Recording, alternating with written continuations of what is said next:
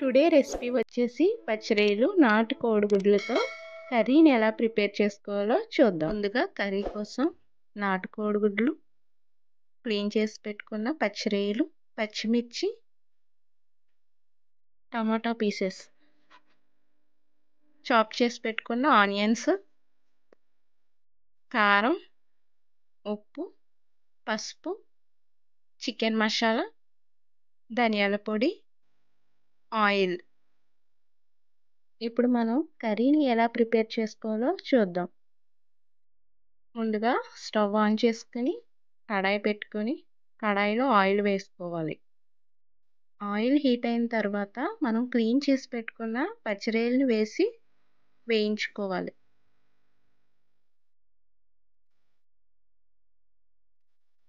పచ్చిరొయ్యలు బాగా ఫ్రై అవడానికి తగినంత సాల్ట్ వేసుకోవాలి.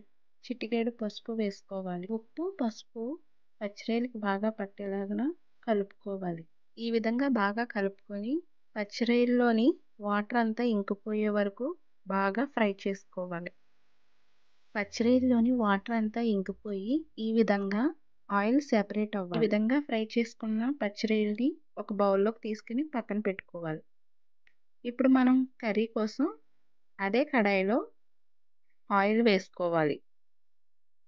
ఆయిల్ హీట్ అయిన తర్వాత పచ్చిమిర్చి వేసి వేయించుకోవాలి. పచ్చిమిర్చి బాగా ఫ్రై అయిన తర్వాత మనం ముందుగా చాప్ చేసి పెట్టుకున్న ఆనియన్స్ని వేసి వేయించుకోవాలి.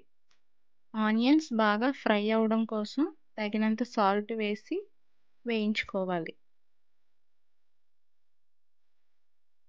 ఇప్పుడు మనం కట్ చేసి పెట్టుకున్న టమాటో పీసెస్ వేసి బాగా కలుపుకోవాలి. టమాటా పీసెస్, ఉల్లిపాయ ముక్కలు బాగా మగ్గేంత వరకు మూత పెట్టి మగ్గించుకోవాలి.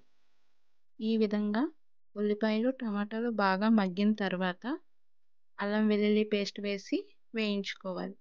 పచ్చివాసన పోయే వరకు బాగా వేయించుకోవాలి. అల్లం వెల్లుల్లి పేస్ట్ బాగా ఫ్రై అయిన తర్వాత ముందుగా మనం వేయించి పెట్టుకున్న పచ్చిరొయ్యల్ని వేసుకుని బాగా కలుపుకోవాలి. పచ్చిరొయ్యలకి మసాలా పేస్ట్ బాగా పట్టేలాగా కలుపుకోవాలి.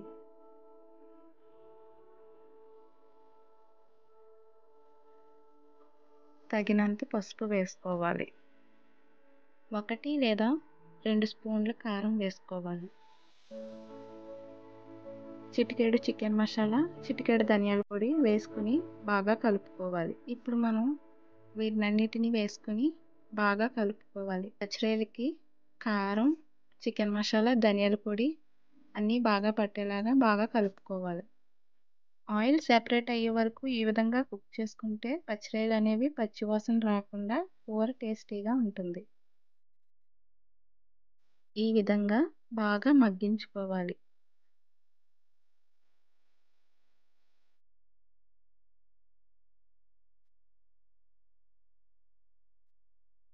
ఇప్పుడు మనం ముందుగా ఉడికించి పక్కన పెట్టుకున్న కోడిగుడ్లను వేసుకోవాలి. 1 గ్లాస్ వాటర్ వేసుకుని బాగా కలుపుకోవాలి. మూత పెట్టుకుని మీడియం ఫ్లేమ్లో కూర దగ్గర పడే వరకు కుక్ చేసుకోవాలి.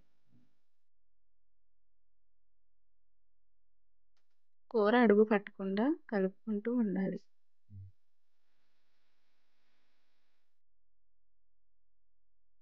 ఈ విధంగా కూర దగ్గర పడిన తర్వాత చిటికెడు గరం మసాలా వేసుకొని బాగా కలుపుకోవాలి.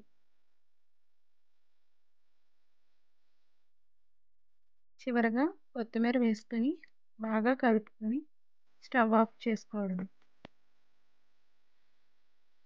మీరు ఈ రెసిపీని ట్రై చేసి మీకు ఎలా వచ్చిందో మాకు కామెంట్ చేసి చెప్పండి.